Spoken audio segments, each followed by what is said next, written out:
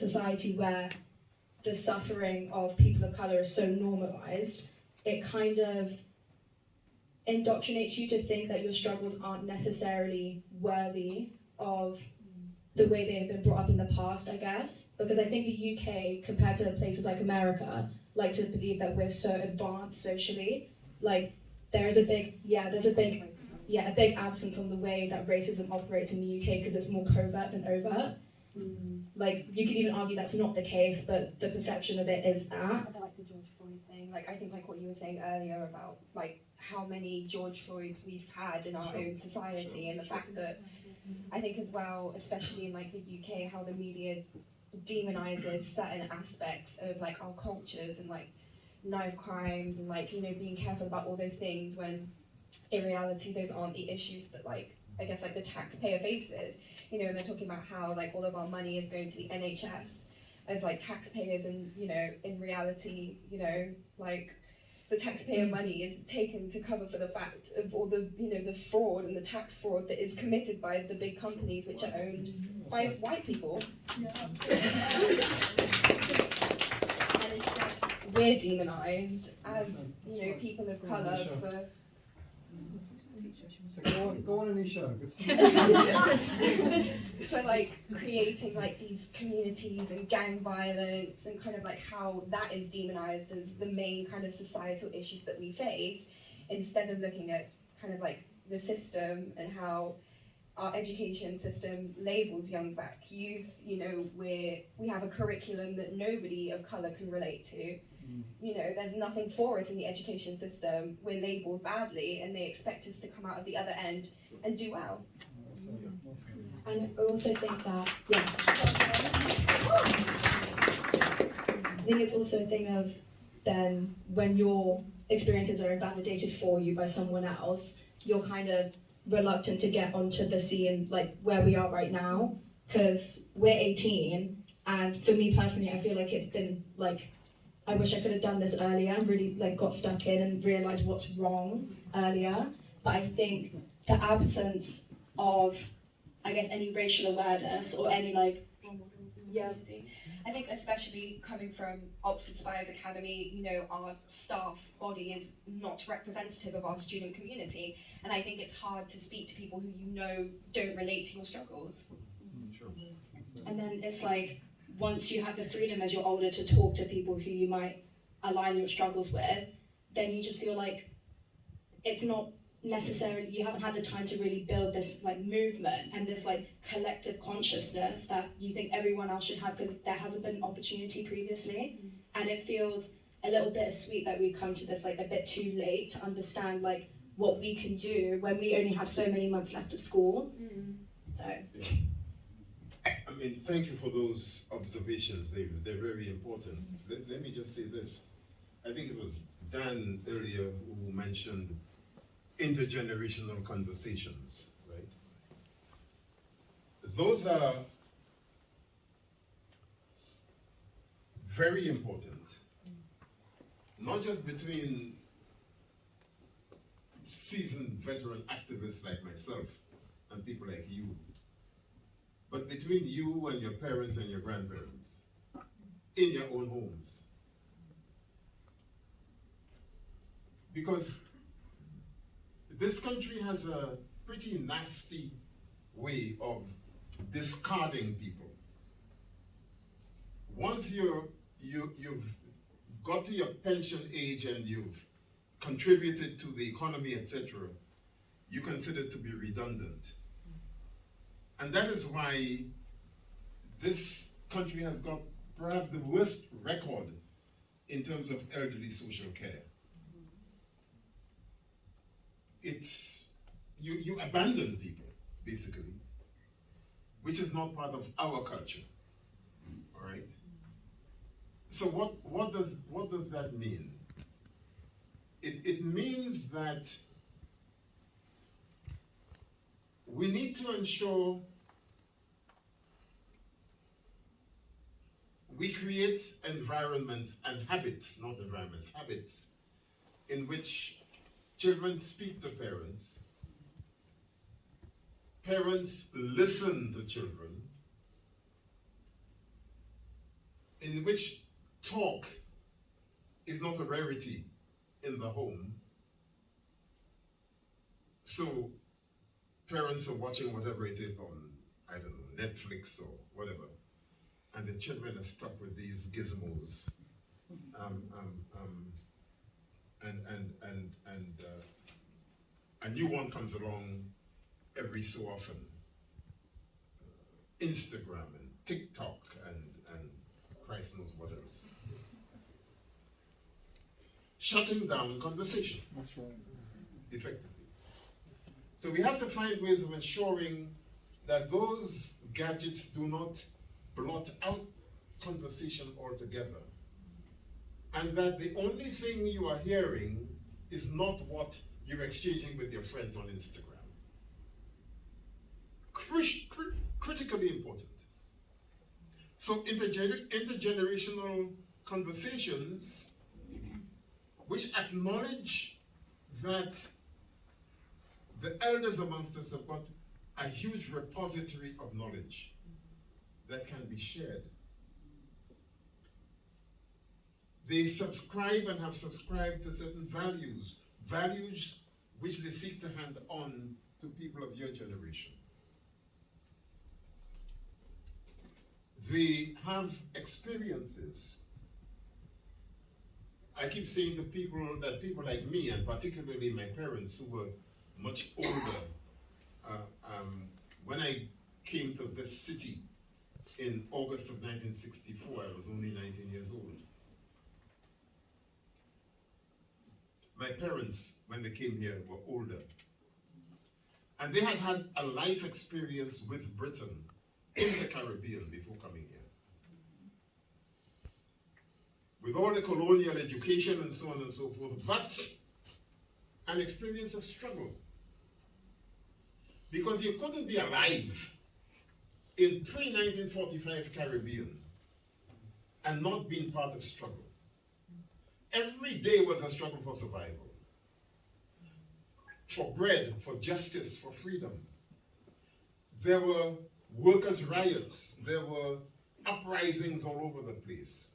We had to challenge the plantation system because although slavery was abolished, God knows how many years before, the system and structure of engaging with people and their employment and the use of the labor was still very much similar to what was happening immediately after slavery. So that when Arthur Lewis wrote his book in 1938, Labor in the West Indies, what he's describing in that book is the most appalling conditions that people were living under 10 years before this boat they keep crowing about, the Windrush, came to this country. Only 10 years. And if you read that book, it brings water to your eyes to think that this was people's reality. How they worked, how little they were paid, issues around shelter and so on. Okay? So the generation of your parents and grandparents have a lot to share. And a lot to learn. A lot to learn from yourselves. Yeah. So we've got to break down these hierarchies and some of these peculiar habits, etc., that we have. And put a premium on positive talk and conversation and learning. The one thing I think we've established already in this conversation today is that it is crazy, lunatic, to leave the education of our children to schools. That's why we started the supplementary education movement, in my case here, in 1965. We cannot, I mean, you who will be young parents, we cannot hand over our children to that system and expect them to come out right at the other end. Therefore, independent organization, looking at curriculum, looking at the dynamics of learning, how best we learn, how we learn and share, how what we learn relates to the realities of our existence, climate justice, climate change, the continuing exploitation and underdevelopment of Africa, the change from British colonialism and imperialism to Chinese colonialism and imperialism. And by understanding how the society functions and how useless the systems we now have are, especially that two-party system, and quite often there isn't a choice. I mean, what choice there is, for Christ's sake, between Sunak and Starmer? I mean, somebody tell me, please. What choice is there? Both right-wing, unjust. Let me stop. So the point I'm making is this. We have it within ourselves, within our own homes, within our communities, to harness our power to make a difference and bring about change. And we have to attend to that more and more and more. We need to ensure that we organize across ethnic and class divides. People of African heritage, people of Asian heritage, white people. When, I can't remember how many years ago, Professor Biko Parekh was chairing a commission on the future of multi-ethnic Britain. I gave verbal and written evidence to that some years ago. And one of the things I said there was this, that the future of Britain is in the hands of the children of former enslaved Africans and Asians, indentured Asian labor. It's in the hands of the children, grandchildren of slave owners, and everything in between. So what we've got to do is to ensure that these elite systems that there are around the place, including Oxford University, that place has got one function, for God's sake. And its function is to recycle elitism. It's got no other purpose, right? Recycle elitism. And those who get validated and whatever by it are considered to have the capacity, the knowledge, etc., to go and inform knowledge production and so on around the place. And that becomes a system of elitism in itself. We have to lay claim to our right to quality education, to how that education is organized. If I am required by law to send my children to school, I don't want my children to go to school and encounter any damn police. So don't tell me that you as government are going to have police in schools. You're going to one of these academies and you find a mini police station as soon as you enter the damn place. What is that about? I do not send my children to school to be criminalized. And we collectively have got to make sure that we boot the police out of schools, collectively. We don't have to wait for another child too. And we have the capacity and the power to do that. We can't sit back and allow these things to happen by default, because they're injuring us and our children.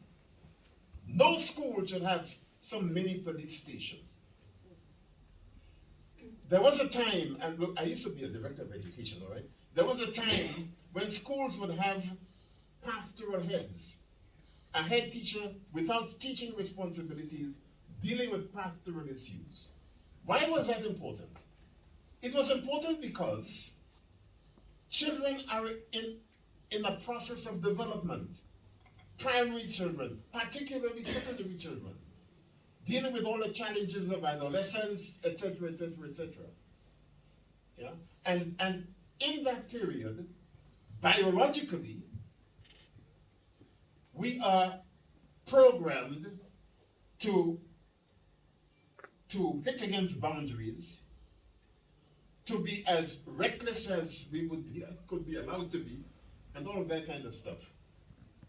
And therefore, in the process of growing up and interacting with our peers, etc., we need to learn what is appropriate and what isn't appropriate. And when we do inappropriate things, we don't expect some head teacher to call the police from down the corridor and say, come and deal with this. I've got a godson who was charged by the police at one stage. Why? Because he and some other friends were on a corridor, some on this side, some on that side. And as one particular year group was coming by, they were tripping them up. One boy fell, broke his front tooth and so on. So the head teacher calls the police.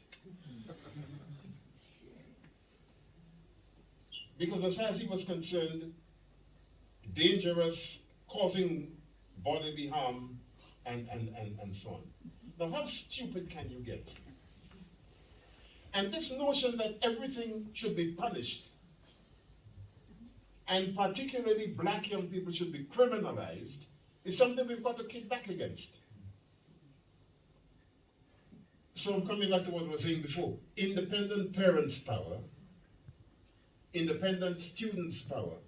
You guys ought to be able to meet independently of teachers. Have your discussions. Talk about the way you experience schooling. Talk about what's wrong with the quality of teaching you get. What's wrong with curriculum and all of that stuff.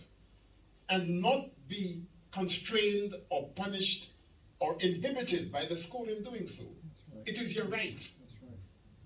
So if teachers could go and have their NUT or whatever it's called these days, meetings, then you as students have a right to sit and talk about your learning experience. If you were not there, none of those people would have jobs. That's right. Making money out of you. They'd probably be planting cabbages or something stupid.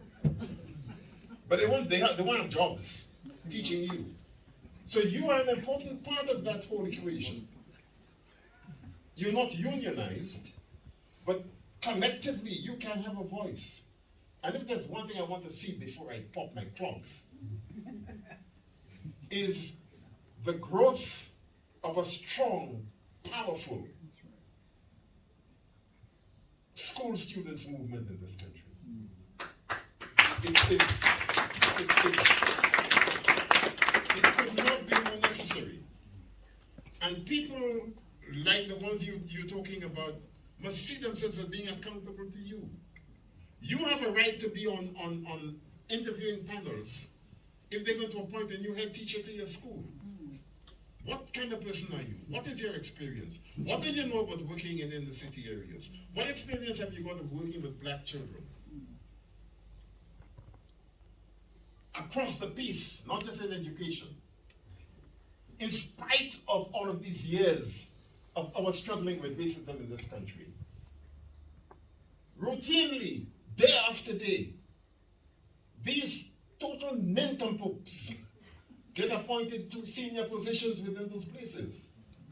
No cultural competence, no competence to deal with race as a form of oppression. And yet, we're expected to hand over people like you to them. And all Ofsted is concerned about is the extent to which they manage to get 10 and 13 GCSEs out of you. It's iniquitous. But collectively, we've got to do something about it, my friends. And we can. Very good. Okay. Thank you, sir.